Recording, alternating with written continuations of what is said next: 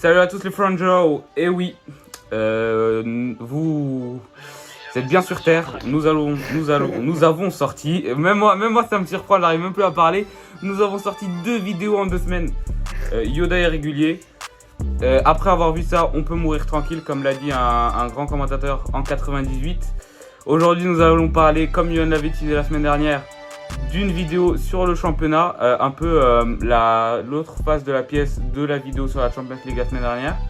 On va parler un peu de tout ce qui s'est passé en début de championnat jusqu'à cette trêve internationale cette semaine. Yohan, est-ce que tu veux en ajouter? Bah ouais, ça me fait très plaisir de vous retrouver. Comme tu le dis, bah ouais, 2 semaines de suite, c'est vraiment incroyable.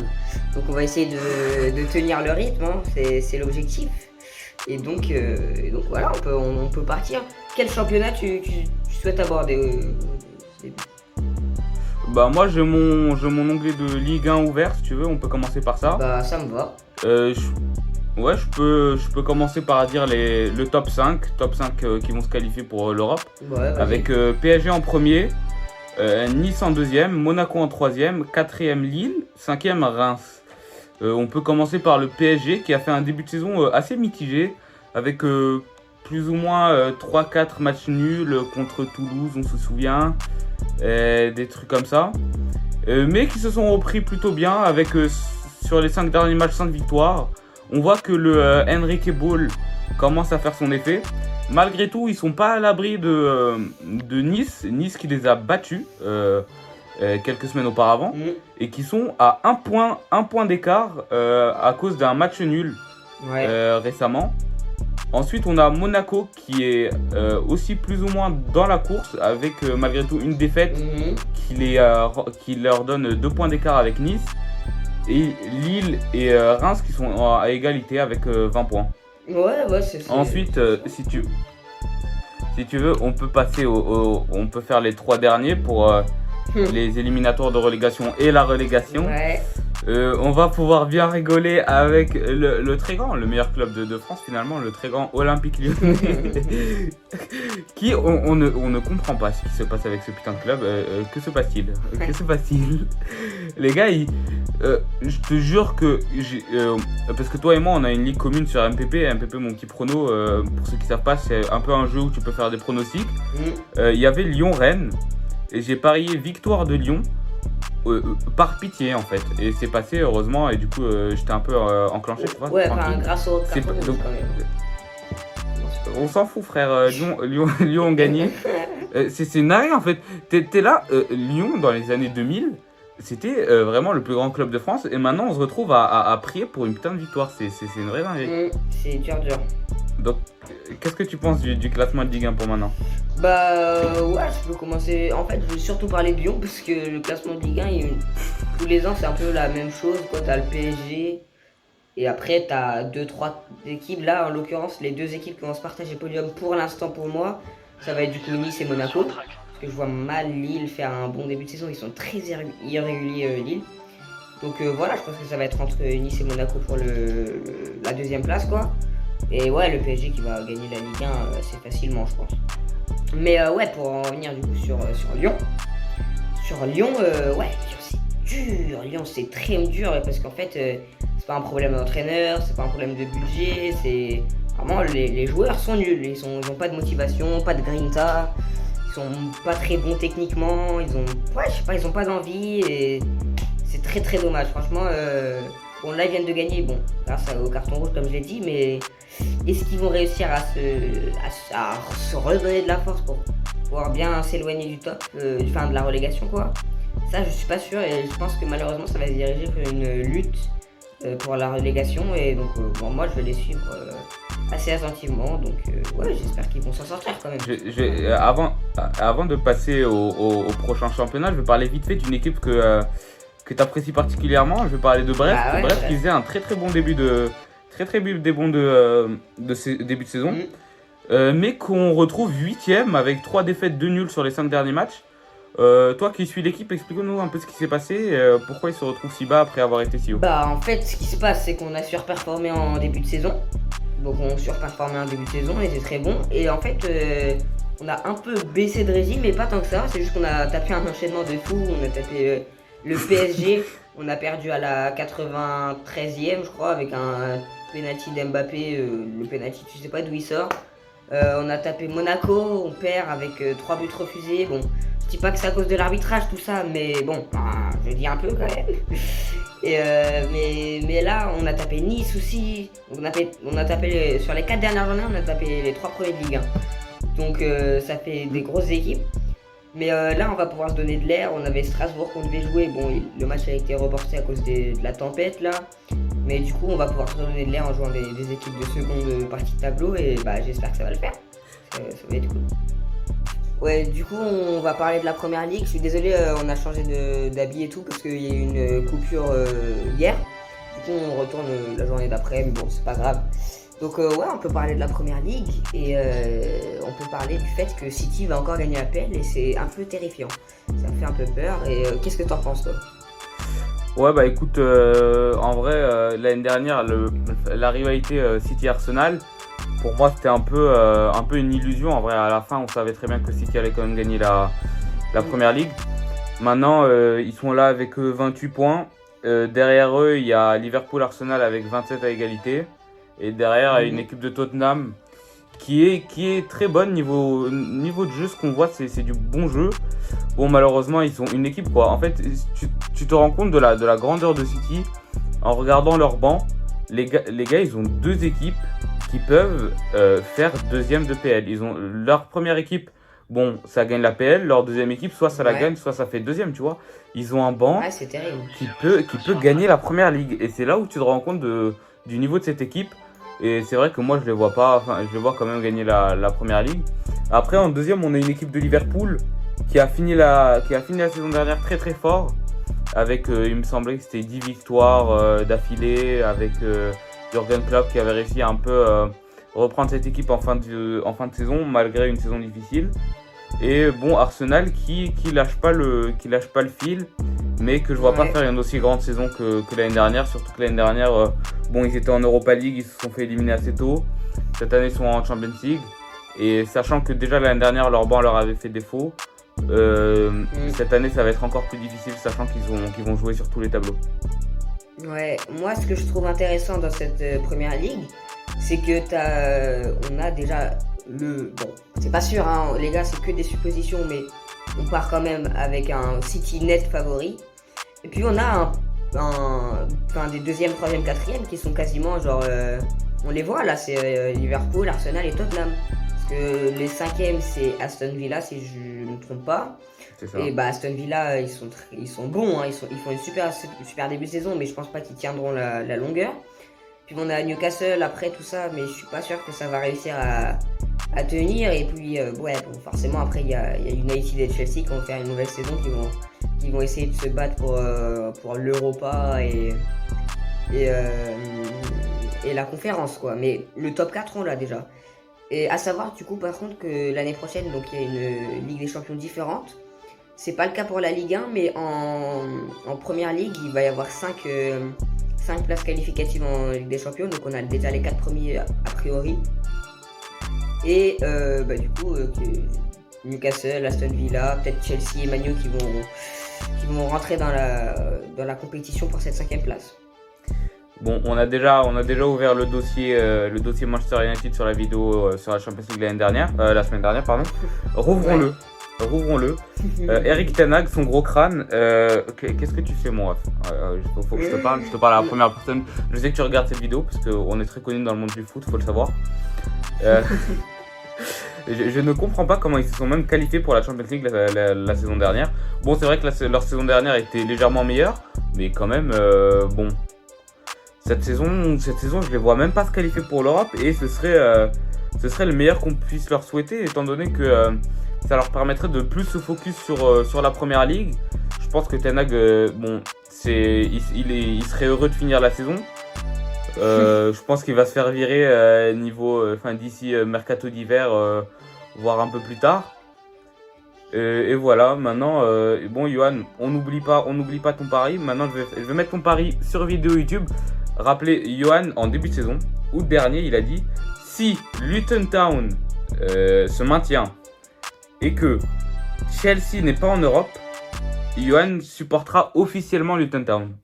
Donc voilà. Ouais, mais il y a un paramètre que je pense qui est assez important. C'est qu'on m'avait pas prévenu en début de saison que Everton allait prendre moins 10 points à cause d'une affaire de fair play financier. Donc, Ouais, on en a pas rien à foutre. Johan, si la corruption entre en jeu, je peux pas tout prévoir. Mais oui, je pense que Luton va descendre quand même. Enfin, je pense que Everton va réussir peut-être à se maintenir, mais bon, ça va être compliqué. Mais en tout cas, je pense qu'il y aura Burnley qui va descendre. Ouais, je vois bien Luton et Sheffield peut-être. Sheffield ou Everton. C'est mes petits paris. Ouais, bon, je te conseille quand même d'acheter le maillot Luton Town avec la petite écharpe que tu vas accrocher sur ta chambre. Bon. Non.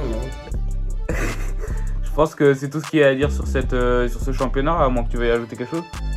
Non, ça me paraît bien. Moi, je veux bien enchaîner avec ma petite pépite, la Bundesliga. C'est un de mes championnats préférés.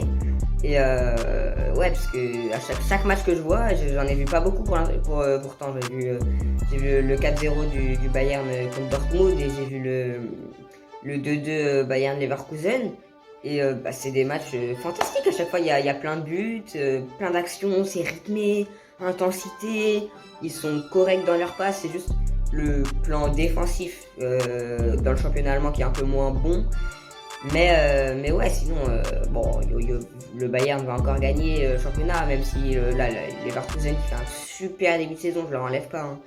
Mais bon, je pense qu'individuellement et collectivement, le Bayern est bien meilleur que les Leverkusen. Hein. Ça va commencer à chuter pour les Leverkusen. Après, je fais pas de préjugés, hein, mais ouais, je vois pas les Leverkusen tenir toute la saison. Moi, faut savoir que Leverkusen, c'est un peu mon coup de cœur depuis le début de la saison. C'est une très très bonne équipe. J'adore la vision du jeu de Xabi Alonso, tout ce qu'il fait depuis son arrivée à Leverkusen. Moi, je pense que le Bayern, on sait qu'ils sont abonnés à la Bundesliga. Ça fait quoi, 10 ans maintenant. Ouais, Sauf que maintenant, il faut savoir que pendant toutes ces années, l'opposition principale, c'était Dortmund. Dortmund qu'on appelle depuis 10 ans les chokers professionnels. Maintenant que l'opposition est différente, maintenant que c'est Leverkusen, j'aimerais bien savoir ce que ça va te donner.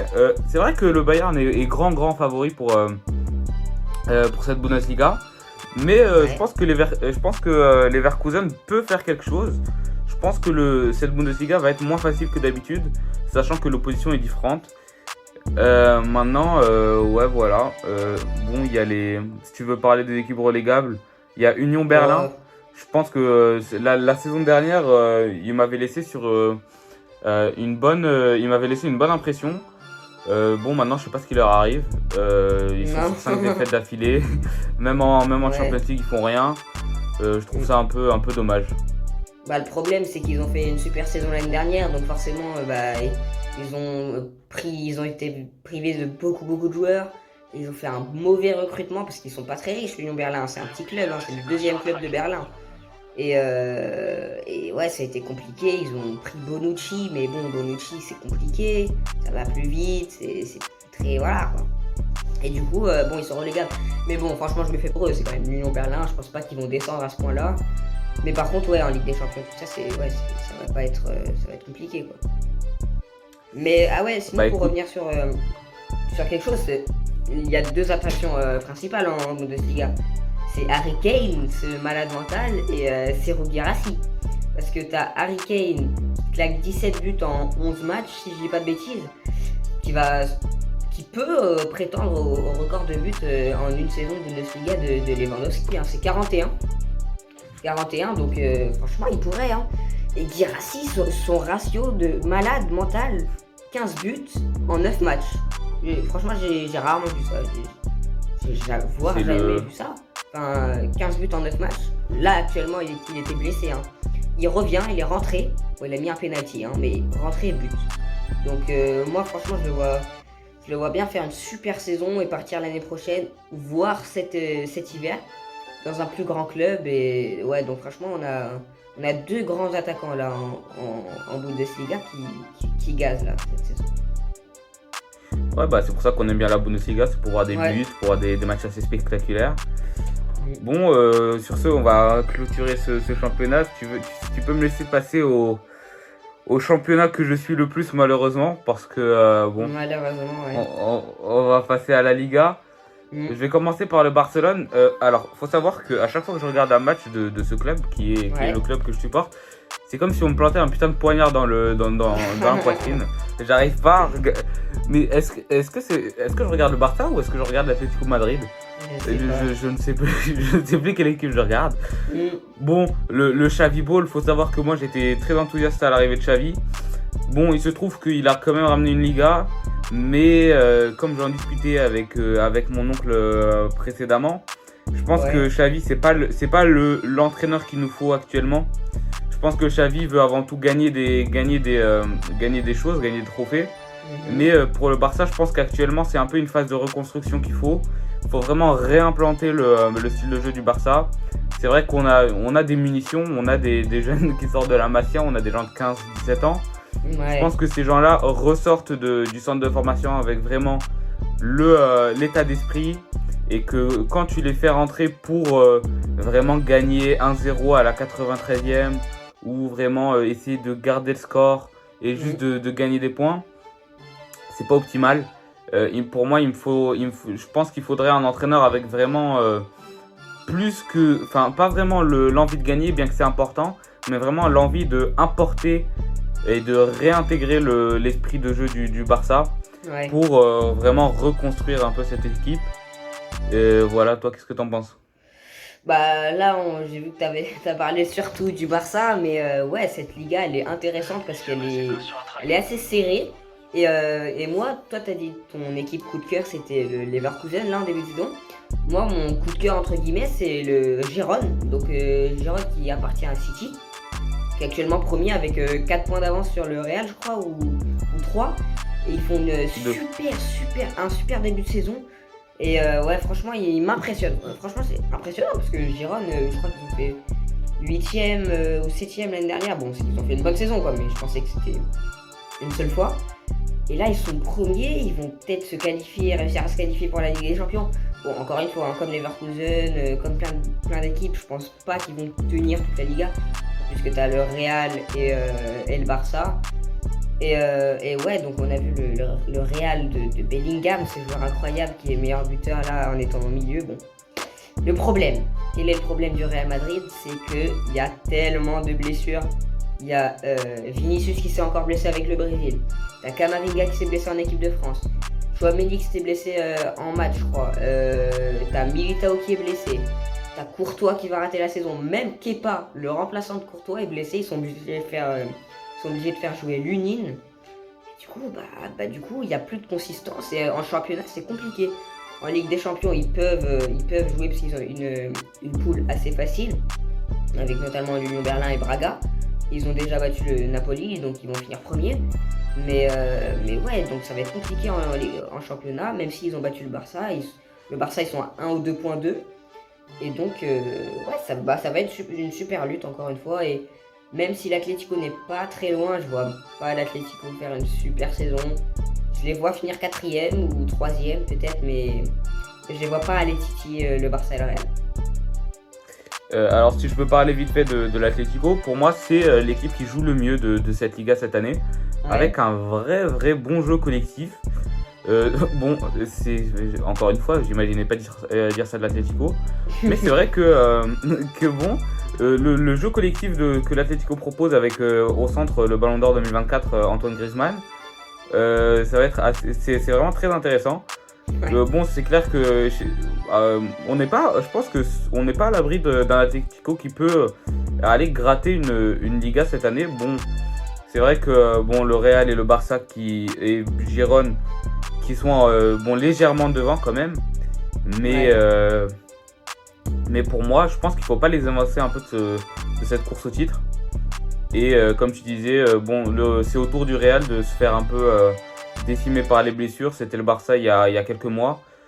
Bon, ça va jouer à qui va pouvoir garder un peu son équipe type le plus longtemps, je pense, cette Liga. Ouais, je suis totalement d'accord avec toi, mais maintenant ce que j'attends du Real, c'est que comme ils ont beaucoup d'attaquants blessés, qu'au mercato d'hiver, il y ait du bon recrutement, quoi. Moi, j'en attends beaucoup sur ce plan-là. Et ouais, pour parler un peu du Barça, c'est vrai que leur jeu est hyper ennuyant cette année, franchement. Même si de base je suis pas un grand fan du Barça, j'ai toujours reconnu qu'ils avaient un jeu propre, unique. Et là, ils l'ont, mais sans être efficaces en fait. Donc ils font plein de passes inutiles. Ça s'est vu au Classico. Ils ont été ultra dominateurs et à chaque fois sur des contre-attaques, sur des frappes, une frappe de loin notamment de Bellingham, sur des centres, ils sont à voir. Ils ont perdu contre le Shakhtar Donetsk. Donc franchement, ils ont gagné énormément 1-0, 2-1. Ils ont fait des remontadas, donc ils ont un peu cette grinta. Mais ouais, déjà, bon, c'est pas le thème de la vidéo, mais la Ligue des Champions, c'est un rêve pour eux, ce serait impossible pour moi. Donc bon, essayer de gagner la Liga, ce serait pas mal, hein, ou la Coupe d'Espagne d'ailleurs, mais ouais, ça va pas, ils vont pas faire une grande saison pour moi. On peut passer à la Serie A si tu veux, si t'as rien à dire sur cette ligue. Ouais, moi je veux bien parler sur la Serie A. C'est un peu le championnat tous les ans que je trouve le plus disputé. Pas le plus intéressant. J'aime pas du tout regarder les matchs de Serie A. C'est un peu lent, il y a beaucoup de fautes, beaucoup de simulations. En plus, les supporters sont racistes. C'est vraiment. Non, c'est vrai en plus. Non, c'est vraiment pas mon. Ouais, c'est clair. C'est vraiment pas mon championnat préféré, mais il y a des bonnes équipes, et notamment l'Inter. L'Inter qui fait un super début de saison, ils font presque imperfect si je crois. Je crois qu'ils sont invaincus, je suis pas sûr, mais bref. Super Lautaro Martinez qui est meilleur buteur. Et super Marcus Thuram qui fait vraiment un but incroyable contre Milan. Qui fait un super début de saison et moi je suis très content pour lui parce que en plus il a du temps de jouer en équipe de France. Donc ouais, voilà, c'est cool.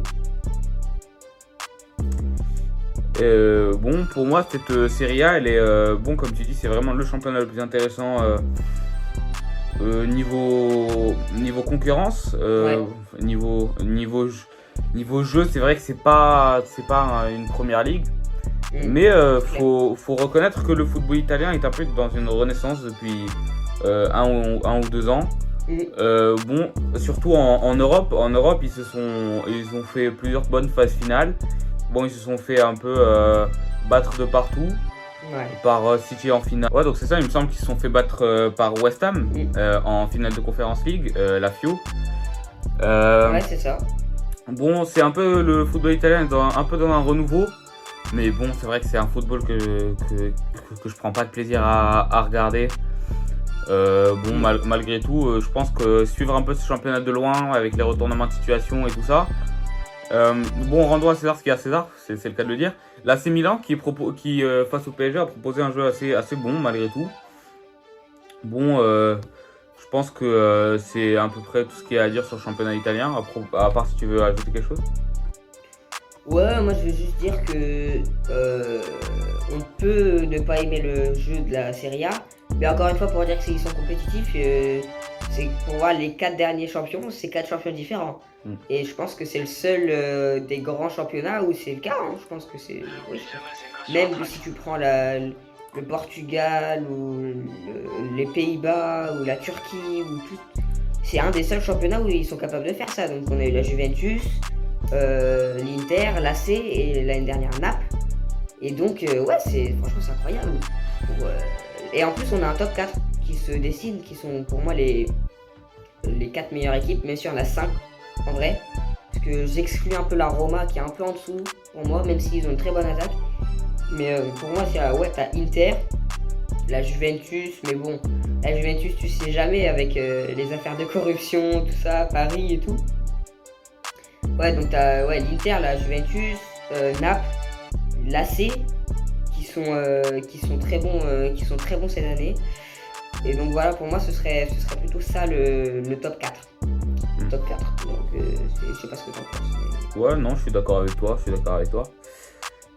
Écoutez, je pense que je vais faire juste une petite aparté pour parler du GOAT. On tourne cette vidéo, Djokovic vient de gagner les ATP Finals en Italie. Je parle à tous ceux qui pensent encore que Nadal est le GOAT, va falloir se réveiller, va falloir mettre le réveil, sortir de son lit. Les gars, je sais que c'est dur, Nadal, il est espagnol, il joue sur terre battue, on sait au Maroc il y a beaucoup de terre battue. Bon, réveillez-vous les gars. c'est bon, c'est la Ouais, fin faut là. se réveiller. Non, en vrai, moi aussi j'ai fait des deuils dans ma vie. Chelsea, bon voilà, il y a eu des problèmes, la finale de la Coupe du Monde, bon voilà.